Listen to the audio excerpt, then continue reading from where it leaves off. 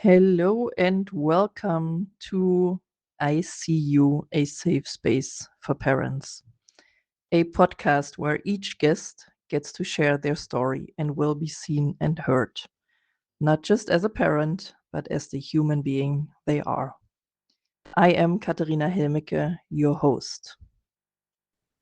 My guest today is the lovely Marina Massanova. Marina, I'm so happy that you're here. Welcome on this podcast. Thank you so much for inviting me. It's a pleasure to talk to you.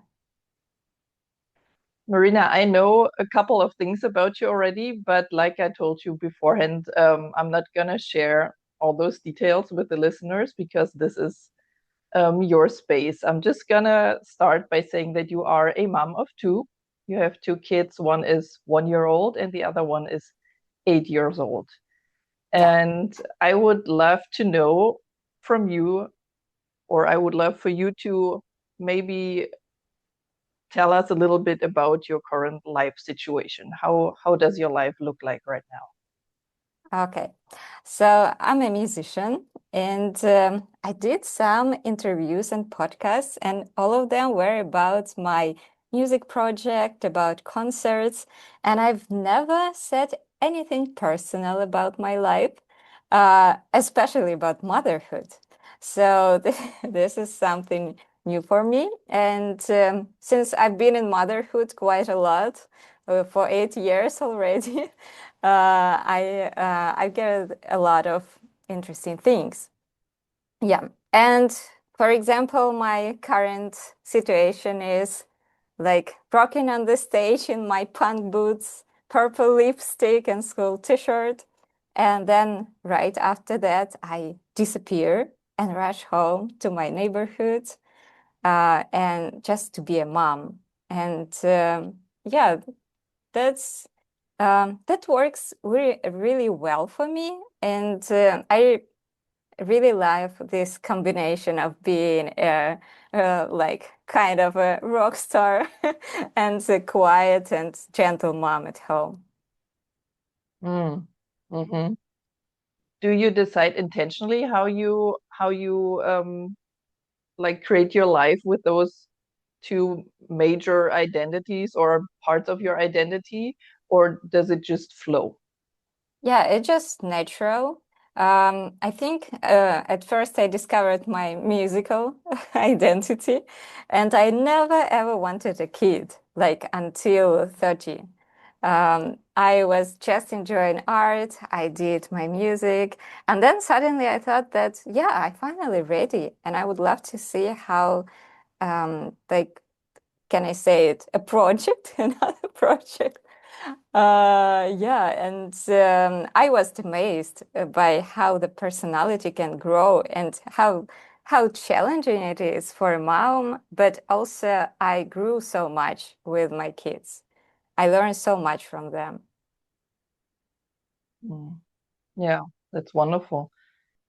You said you didn't want kids. Was it like that you said, I don't want kids, or you were just not thinking about it before, if you don't mind me Um, asking? I always thought that I would love to have a kid, but later, because I knew that it's not easy. I saw it. I had the most wonderful nephew. I became an aunt very early when I was 14, and we almost grew up together. And I just saw that having a kid, it's not easy. You spend a lot of time, you talk, and I already like my nephew is like my first kid, although he's 22 now, and we're such a great friends. Yeah, but yeah, that's why I didn't want to rush. I really wanted to feel the moment when I'm ready for it. It sounds like you did. Like you just described a time in your life where you felt like, now I think I'm ready. Yeah, yeah, Yeah. absolutely. And you do have a husband, right? Yeah, I do. And how was the conversation around that time? Were you in sync about that? Uh, like by the time we were together already, like for 10 years. So we really knew each other, and like I think both of us were ready, and we really had so much parties and so many great moments. Like we partied it all. It was enough. Like at one point we thought it's okay. Like we had all of that. It's not like we're done party now. We are and we will more, but now it's different, of course. Yeah, and I just talked to him and he said, yeah, that's a good idea. Mm, that's wonderful. That's not always a given, like that in a partnership that both have like the same timeline when it comes to having kids, and it's beautiful that it worked out for you this way. Yeah, maybe because we already built our relationship for so many years and we knew each other. And probably if I saw that he's not ready, maybe I would ask differently or wait for it because I really accept his like ideas of life as well.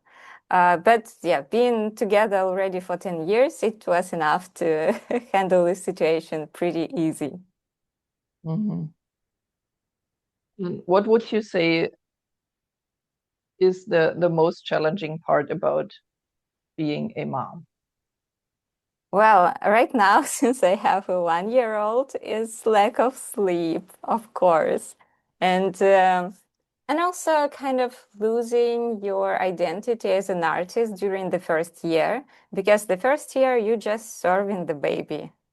And Mhm. you just have to do this, and baby needs you 24/7.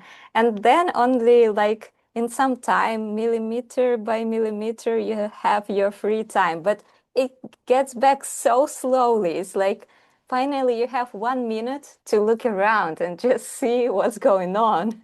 Then you have like 5 minutes, and you're like, oh my God, 5 minutes. I can explore more. I can have a cup of coffee. And then you have 10 minutes, and it's like I can watch a YouTube video or something like that. And like it stretches like for an hour, and I call it like a golden hour in the evening when you have it just for yourself. And like before, I had so many hours and I didn't praise it at all. But now I have just one, this perfect hour to create, and I create like crazy.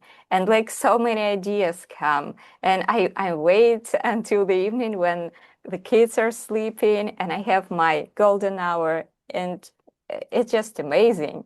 I think if I wouldn't be a mom, I wouldn't understand how valuable this 1 hour can be. Yeah, and that's amazing. It's like restarting again everything in you.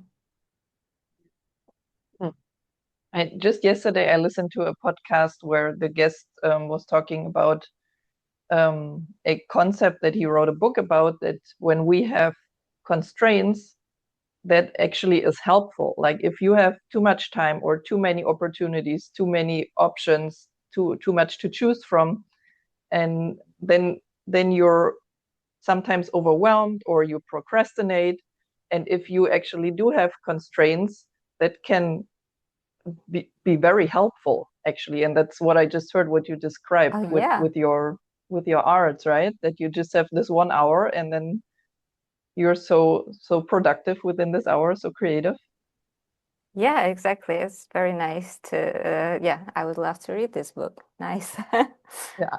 i'm I'm gonna send the link to you, and for the listeners, I'm also gonna put the information in the description below. I'm just gonna make a note real quick so I don't forget. Yeah, how cool is that? Yeah.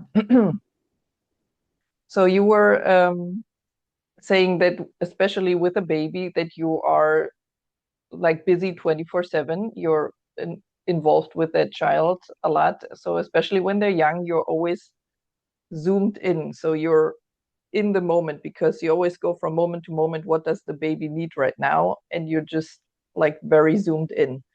um and I think it's helpful to zoom out and zoom in when you are a parent, because of course the moment to moment might be very important and essential, and also zooming out and having a bigger perspective Hmm. um, can can help you as a mom a relax, like take it not so seriously sometimes, Yeah.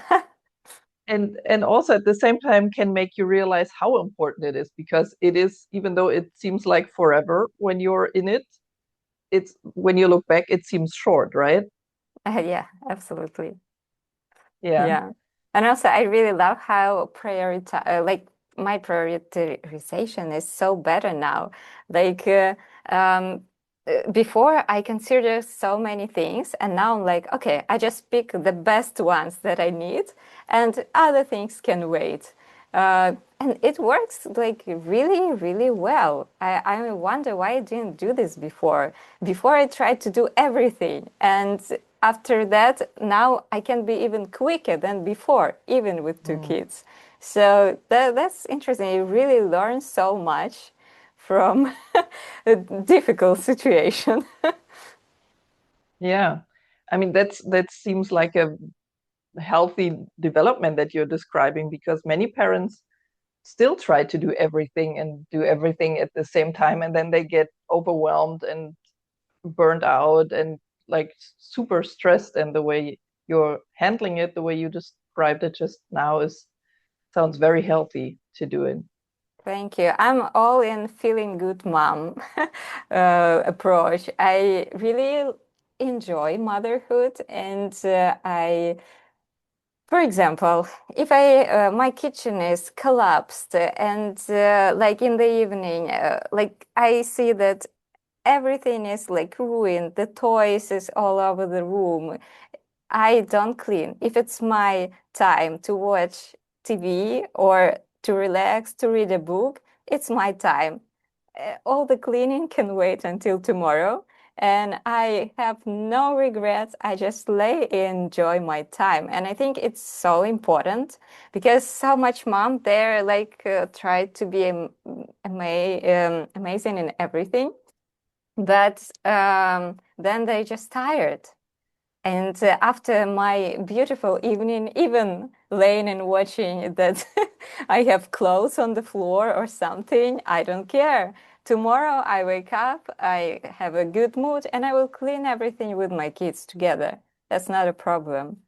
So, yeah, I really try to enjoy every moment. Mm, wonderful. A friend of mine, she had a midwife, and that midwife said the kitchen doesn't have needs, and I Yeah, really like that. it's perfect. It's really great. I will tell this to everyone now. Yeah, and taking care of yourself and your own well-being is so essential, because only when you are like fully charged, your batteries are fully charged, then you can be the best version of yourself as a mom, right? Yeah, absolutely. Like, of course, sometimes I can, for example, the classical bedtime stories, you try to put your kids to bed and they go back and they go and they go back. And then you like, you understand that like you're worrying for them. You want them to go to bed early so they can wake up for school at like proper time. And then you, for example, say something not in the perfect voice, but a bit strict voice. And yeah, and then I just, if it's too much, I don't judge myself. I don't say that I'm a bad mom. I just try to think what's going on. Like maybe I'm tired. Maybe I'm hungry. Maybe I was trying to put them to sleep like for 2 hours and I didn't have dinner. Maybe I think how can I get back together? And yeah, and then I realized, okay, I didn't eat for 4 hours. Probably I should eat, and then I will be a perfect mom again. Like that's fine.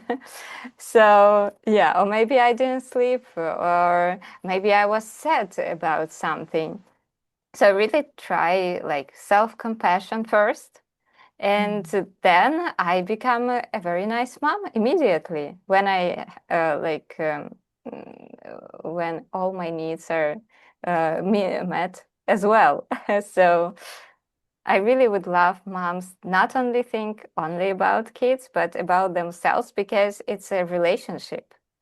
And if only one part is happy, our kids, and another is always struggling, it's not healthy relationship. Mm. Yeah. What do you think about it? That's amazing. That is a key element to to experience parenthood in a peaceful and calm way. Of course, it's not always peaceful and calm, but taking care of yourself the way you described it and thinking about what do I need? Why am I so irritated right now? Um, and not blaming yourself, not putting yourself down, but to check in with yourself and ask what do I need? What's going on right now? Why did I just say it like this, or what why did I do this? Whatever happened is so essential. And I'm wondering, where did you learn to approach this like this somewhere, or is it just in you? What do you think? Where does it come from? The way you approach those situations? I think that can be from so many resources. I'm just a big learner. For example, I live in a great community of moms. They're in a quiet neighborhood. We have all of us, almost all of us have kids. Of course, we have some lucky couples who can enjoy a walk together. We sometimes, oh my God, they can go to the forest just together. Yeah, but yeah, I'm joking. Of course, we really adore our kids. And there are moms from all over the world, like from Venezuela, from South Africa, from Germany, England, Ukraine. And even we are from different continents. Like the mother language is the one, and we have so many similarities. And if we found something different, I always approach it as like I can learn something from that. For example, I never did that and I never tried this with my kids, but it seemed that it works. And I learned from my friends a lot. So I don't really remember from whom I learned, or maybe something was natural, but I always have an open ear for new tips from from the world, I would say. Oh, yeah. Having this community and the close relationship in a way that you are open to learn from them sounds incredible. Yeah, It, it, it's really you can always ask for advice or yeah. mm. Do you see them regularly? Like, is it like in a schedule somehow, or do you just live close by and then you run into each other on the streets? We're very lucky. We really live so close by. It's like it's just one block of buildings. And we just ran on each other and we meet after kita, before school, after school, on the playgrounds, and also, of course, which is so essential, we have mom's evenings without kids, where we can open a bottle of wine and just talk about anything. And that's amazing that it's so close. So it's just 2 minutes and I'm already home. So yeah. That's a very nice place to grow your kids because not only we are friends, but our kids are friends. Mm, So yeah, that's very nice. mm. This reminds me of the saying, "It takes a village to raise a child," um, and the village is not only there to raise the child and take care of the child, but also for the parents to be taken care of. So you can look out for each other and you can like have someone to talk to and maybe lean on or ask for advice. And this, it sounds like you have found your village there. Yeah, it's true. It's true. Especially because we're all expats. You know, we don't have anyone here. Like we're in Berlin and we came, we knew no one here. No grandparents, no relatives. And yeah, just we opened to the absolutely strange people from the different continents, from so many places, and it worked. It works so well. I'm really lucky. A lot of people say that you need your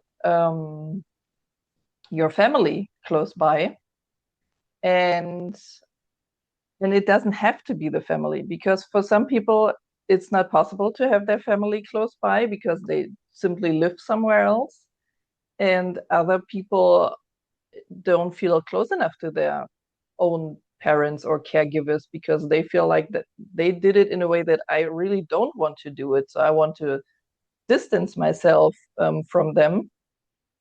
Yeah. And yeah, I think that's so important, that you can have like a chosen family or your village, a community, however you want to call it, like to have people around that are good for your soul and that help you go through life, can be anyone. Yeah, absolutely. And I really love your thought that it's not only about kids, but we always, when we hear this saying, like you need a village to raise a kid. No, it's not talking about kids, but about your well-being. That you have people where you can like go outside and talk with them, and yeah, it's nice, but I think we can build it. For example, I came to Berlin, I knew no one, and I just step by step tried to get to know who is in my neighborhood. And step by step, I found those people. It wasn't very quickly. I think it took me a year at least. I was very careful. I was like choosing wisely. Mhm. Um, and yeah, so I think, yeah, it's possible to do anywhere. Mhm. And when you say you looked for them, did you do it intentionally, or were you just open to whatever happened, or were you actually like approaching people saying, hi, we just moved here, or something like that, or Okay. I don't know, how did you do it? So I'm a, but I'm a special person. Not everyone like this approach, but I usually love to choose by myself. Like I chose the husband, like he didn't make his first step like I did. Uh, and here as well, because I saw a lot of moms, but I was carefully checking who is the like more close like mentally to me. Of course, there are a lot of interesting people, but you can choose someone who's very, very similar and who is like have the same sense of humor, and I really was looking and thinking, who is this person? Or of course, there are more here. Yeah, but yeah, I found the best people. I'm so happy about it. So yeah, and Mhm. I do my first steps. Yeah, I love to choose. Yeah, that's amazing, being proactive, and then also knowing what you want, what is important to you, right? So you can, Yeah. the way you describe your approach means that you know what you're looking for, that you know what you like in a person or in a relationship and what you don't want. Yes, absolutely. And I'm from Ukraine, from Odessa, and in Odessa I had I still have, but we're just close. Not we're far away from each other, but I had a girls group, and yeah, I wanted to find something similar.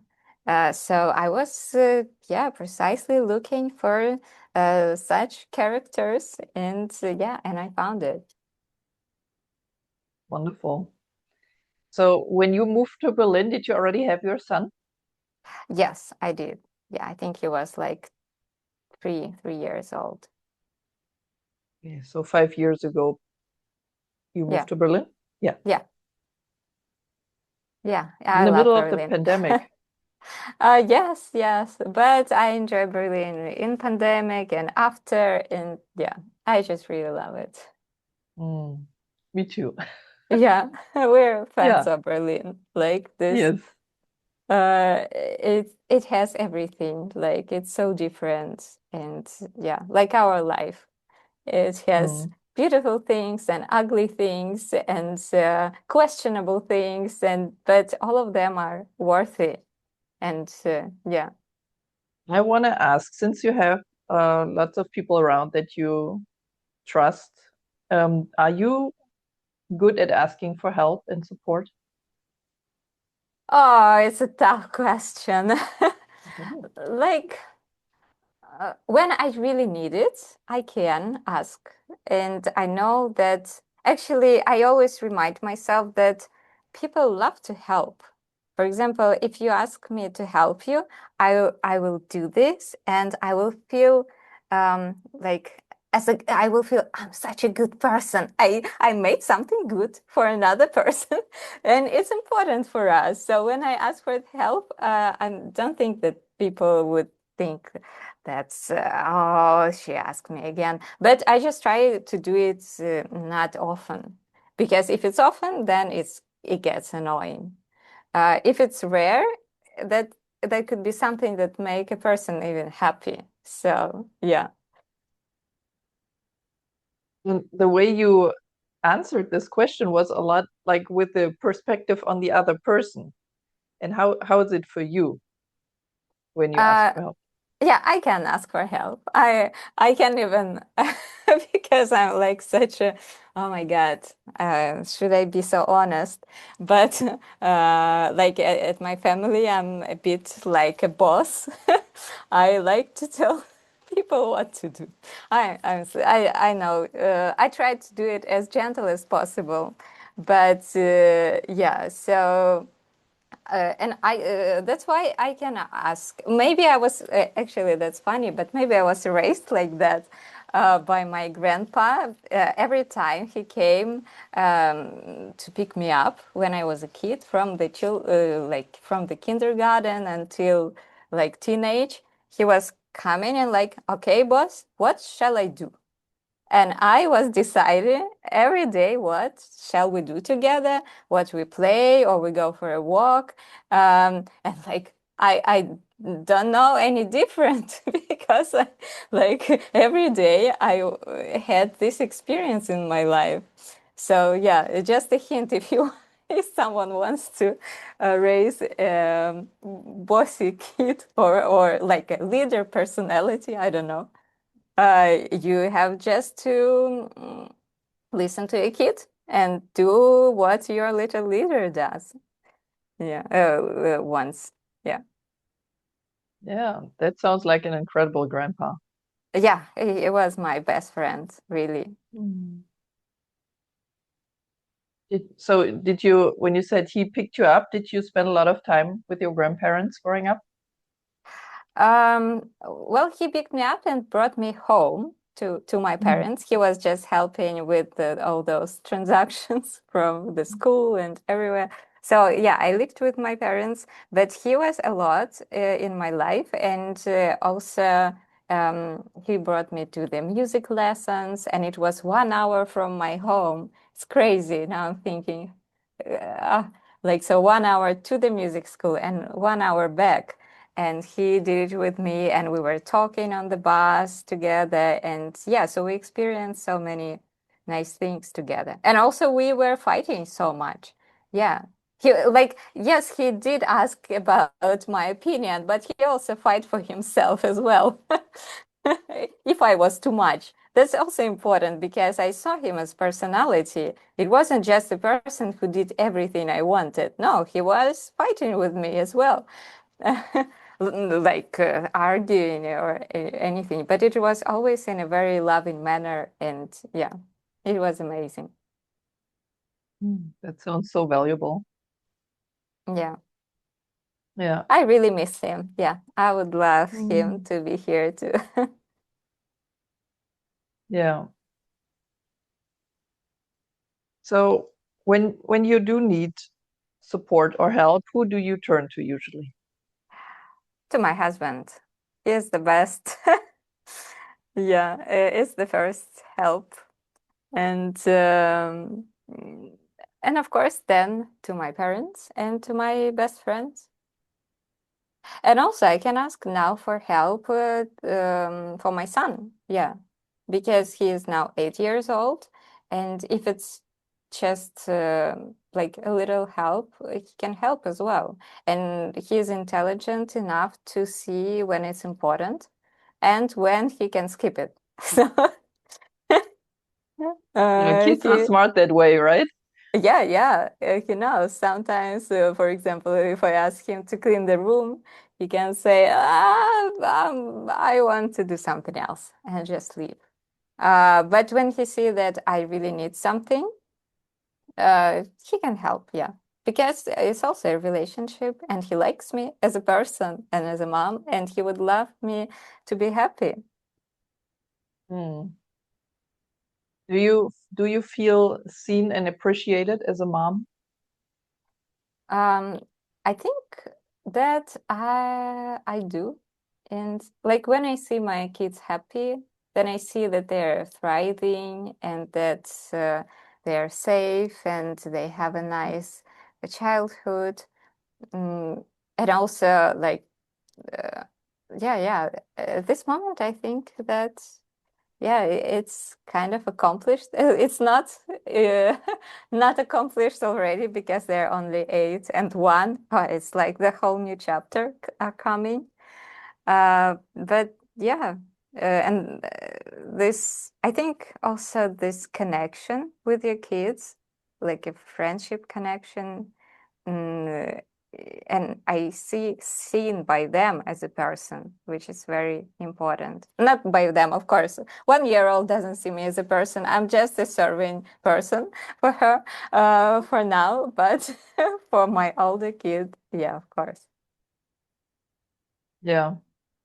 Yeah, that's super important, right? To be aware of the fact that parents and kids, they each are separate people. That there are a person, like you said. Yeah. And you mentioned before that you have different parts of your identity, right? You're not just a mom. So we heard so far you're a mom, you're a wife, you're a woman, you're a musician, you're a daughter, Yeah, and the granddaughter, the and a most. granddaughter. And how much room do those parts of yourself get in your daily life? How would you describe it? Is that something you think about? What comes to mind? I think they're all combined together all the time because I can dance on the table with my kids, like a musician and a rock star, and we can do so many crazy things together. Also, they come into my concerts. Not them, sorry, only the old one, the 1 year old baby. She's still too young. Um, yeah, and yeah, I think it's all together. Probably it's not so much on the stage. Not people don't see me as a mom on the stage at all, I guess. And even when I talk to my friends, musicians who didn't know that I have kids, they're like, "You have a kid? I cannot believe this." And they were like, "You have such a double life, Marina. It's crazy." Because when I'm like jumping on the stage and go crazy and scream and yeah, and like in my robot outfit, they didn't think that I have kids. But yeah, I do. We all can combine so many different things. Be a robot and a mom, why not? Absolutely. And it feels like you're finding your I don't want to say balance because it seems like it's contradictory, but it you find your way to incorporate all the parts in Yeah, your life. yeah, I think so. They never fighted those parts. It was Mm. always like coming along pretty well. Mm. Yeah. When I met you in this context of like being a mom. And for me, it was the other way around. It was hard for me to imagine that you are uh, standing Yeah. on a stage, screaming, singing, whatever, like performing. Yes, it's so Because, true. yeah, Mhm. because I met you as this very gentle, loving, intentional mom, Thank you. which is very different than seeing you on stage. Yes, Yeah. yes, it is. And like, for example, some people who see me only on stage or on Instagram, and when they meet me in a real life, they like, oh, you're actually nice. Because, like, I think I have such an image that I'm a, uh, like a rock star and like so rude and everything. And they just shocked that I am just nice. And I say, hi. How are you? Like in a gentle voice. And yeah, and I think if this podcast will be listening some of my like some people who listen to my music, they would be surprised as well. That's why I was really curious to do this podcast because it should show me in a very different way. Hmm. For the listeners, just a little note. We're gonna put all of Marina's information in the description below, and um, I will tag everything on Instagram so that if you want to check out her music or just Marina as a person and connect, you can do that. Um, what do you love most about each of your children? Huh. Okay. So, okay, we can start with the easy one. 1 year old, just cute, you know. Babies, they're just so cute, and you just want to hug them and cuddle with them. And yeah, and I really love that my daughter, she, she she knows what she wants already. I already see her as a very strong personality. And I told you that I'm kind of a leader personality, but my kids lead me as well. I listen to them so much. So yeah. And of course, my son is also a very, very special person in my life. And I have a big gap between them, 7 years. I was just with him. And I saw all the stages of his development from early age. Um, and like every day I was with him together, and we've been through bad things, good things, through it all. And after that, we developed such a deep connection with him.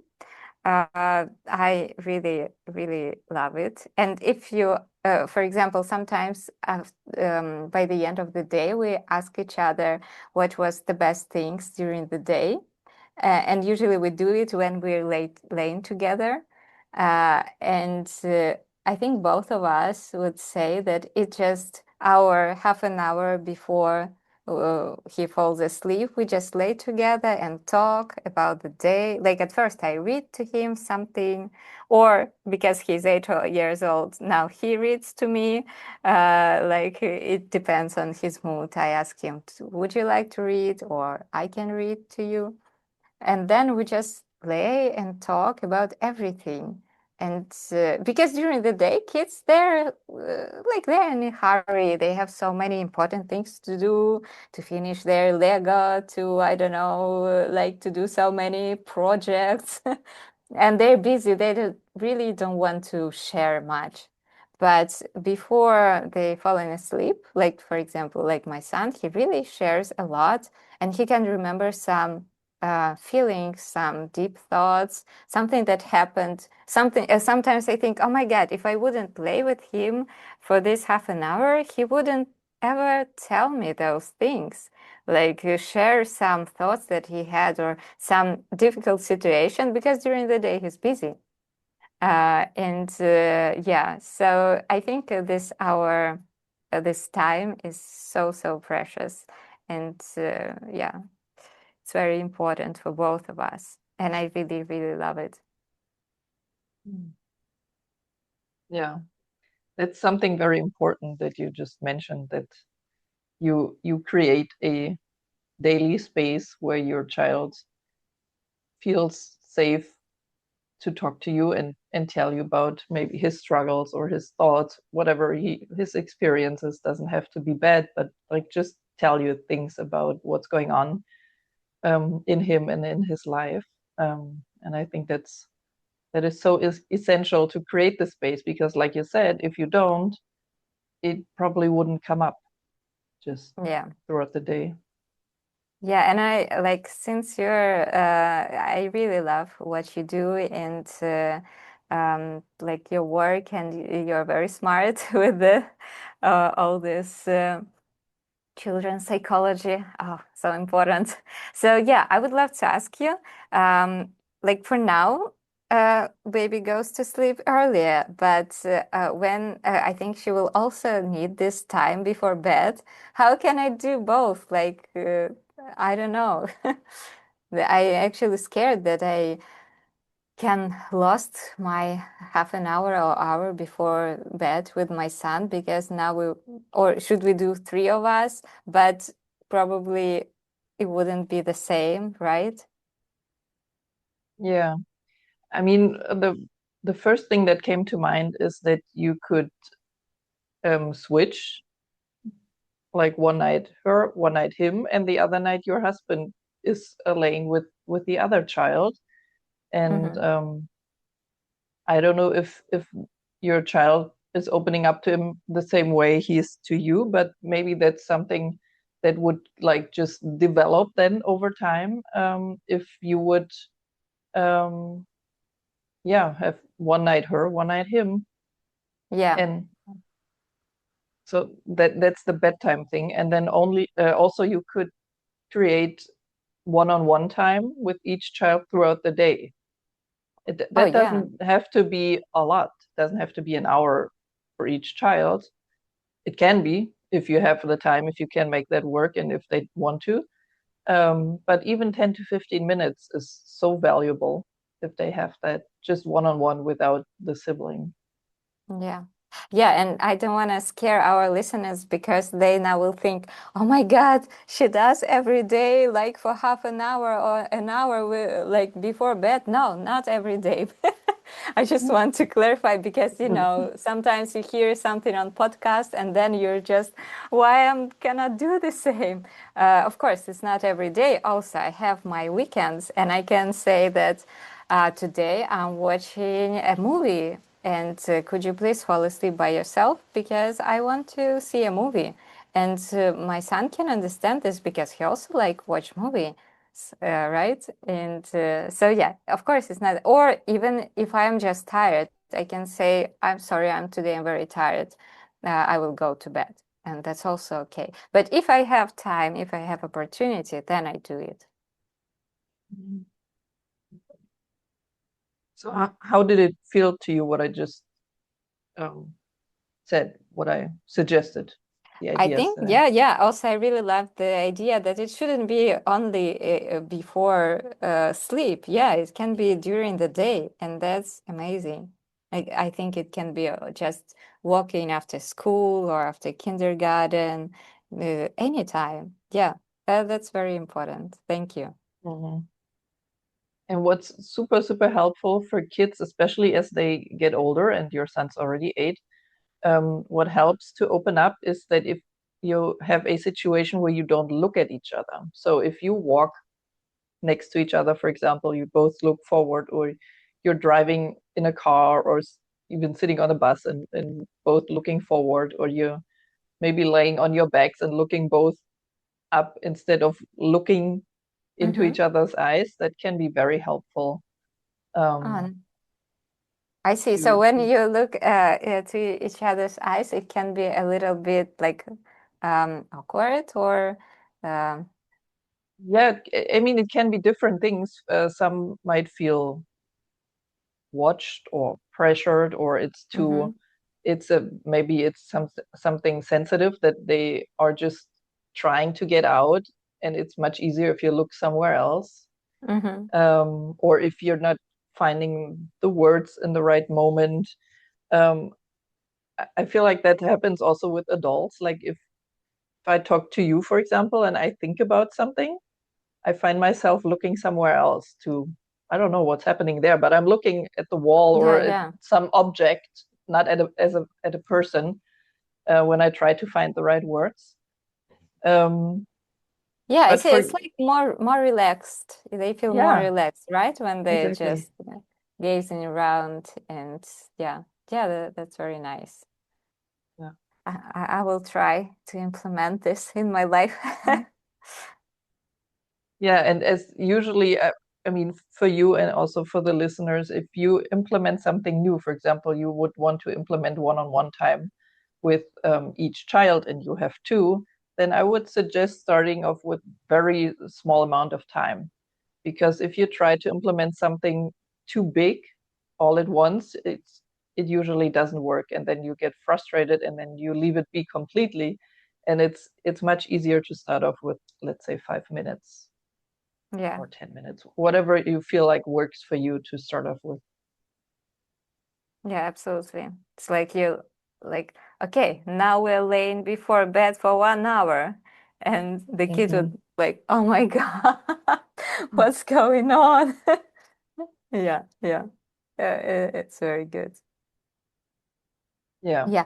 There's, Also, oh yeah, yeah, you yeah. go ahead. I also I wanted to ask you. I heard your interview with Probel, and it was very valuable. You shared so many things, and they were so interesting.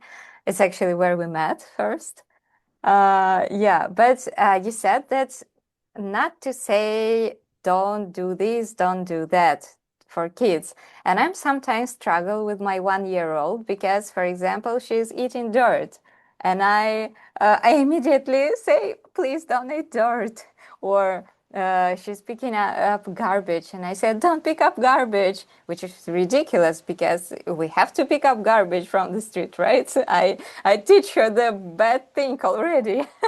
Yeah, but I ask you, don't pick up the garbage, of course, and to don't eat it, and like don't lick your shoes, and yeah, and could you please like translate it to the other language? For example, if I want to say here, don't eat dirt, what should I say? Dirt stays on the floor, and you can even say dirt is not for eating. Uh-huh, We, okay. and then you probably with the 1 year old have snacks with you. You could even say, if you want to eat something, you can, I don't know, have this snack, Uh-huh. but the Wow. dirt stays on the floor Yeah, or and sand. I will try. Let's do one more. Don't pick up garbage. Garbage stays on the floor, or I mean, you don't want her to touch it, right? Yeah, yeah, yeah. I Yeah. don't want her to touch it. So then just say something like dirt, garbage stays on the floor. Yeah. And yeah, let's do. I actually wrote them down because I was thinking I will have a podcast interview, and I was checking what I say to her and what I'm struggle to translate into like a good way. And Yeah. if I need her to, don't lick your shoes. She sometimes, she just grabs someone's shoes, like for example, my shoes, and she just lick it, or even like just biting it, and I don't know, probably she's teething, and I run and like, oh, please don't do this. Yeah, that's an important fact that around this age, they usually explore a lot through their mouth. Hmm. So they put stuff in their mouth, they lick things where adults might think, ugh, is that necessary? Um, Is that necessary? I can say, "Ugh, is that necessary?" to her. I would I wouldn't even, I mean, in some situations you don't even have to talk that much. You can maybe take the shoe away and give her something else that you're Hmm. comfortable um, Hmm. for her to put in her mouth and lick on. Um, but at the same time, it's important to ask yourself, is it dangerous to lick the shoe? Then of course you don't want that. But if it's not that big a deal, it doesn't have to be addressed all the time, because she won't do that forever. Yeah, The, yeah, of the course. I face. don't do this anymore. Like, Yeah. yeah, at my age, I stop licking shoes, like intentionally. Um, so yeah, so either, I mean, if it's just a moment, you can let it be, or you give her a replacement. Just take the shoe gently, saying the shoe's not for licking, and give her something else. Yeah, yeah. Okay, I will try. I will try. Because you really need to train this thing. But could you please explain how it helps to them, like why it's helpful not to say don't do this and don't do that? Hmm. Because the brain doesn't register the no, the negative. Mm-hmm. So if you would say to your 1 year old, "Don't jump in the puddle," her brain only hears "jump in the puddle," I and then saw that. Yeah. so they jump, and then the parents think the kid is defiant. The kid is not defiant. It the brain just didn't hear the no, the negative. So Mm-hmm. that's why it's especially at this age when they're super young, the no is not registered, like the not, the negative. Um, and even when they get older, it's harder to learn when you phrase it in the like negative way. Don't do this, don't do that. Mm-hmm. And that's something that you can see when you look at professional athletes and their coaches. A coach will never phrase the negative. They might make them aware of what they did, what they don't want to do anymore. But then, for example, if you have a gymnast and they're doing something and the leg is bent, but they want the leg straight, Mm-hmm. they might say in the beginning, "Your leg was bent," to make them aware of that what happened. But then they would say, "Remember, straight leg, straight leg, straight leg." Yeah. They Mm-hmm. don't say, "Don't bend your knee, don't bend your knee, don't bend your knee." They say straight leg. Yeah, And that's just how that's our how we brain learn. works. Yeah, yeah, yeah, yeah. Yeah, I see. Yeah, like even for adults, it's also like if someone would say me, don't do this, don't do that, I would immediately think that those people are mean, right? That too. Yeah, yeah, yeah, that too. And I mean, it doesn't mean that we cannot say that at all. So you could maybe start off by saying, "Oh, don't put the dirt in your mouth," and then you find another phrasing, another way of saying it to enforce this. Hmm. Yeah. Sometimes I just say, oh no, dirt again. And I go and wash her mouth. Yeah, but Yeah, I think I should explain to her better. yeah, and I mean, for a lot of situations, it's good to explain, but you don't have to explain every single little situation for Mm-hmm. a child. Of course, in a general way, and if it's something reoccurring, it's good to explain, and you don't want to just command your kids what to do, but you Yeah. don't do that, as far as I know you. And it doesn't need to be every single situation that needs to be explained. Sometimes you can just say, that's we're not going to do this, we're going to do that. Yeah. That's also important to remember. That's where we can do this. Yeah. All right, my dear. I have 3 rapid fire questions that I ask each guest at the end. Are you ready for those questions? Yeah, of course. I The don't first know one which is, they are, but yeah, let's try. well, so far everyone was able to say something. Okay, okay. The first one is, who inspires you a lot currently? I think my friend Oya, she's an amazing mom. I think I still have to learn so much from her. Uh, yeah. I think that's why we really have friends. I all my friends are an inspiration for me.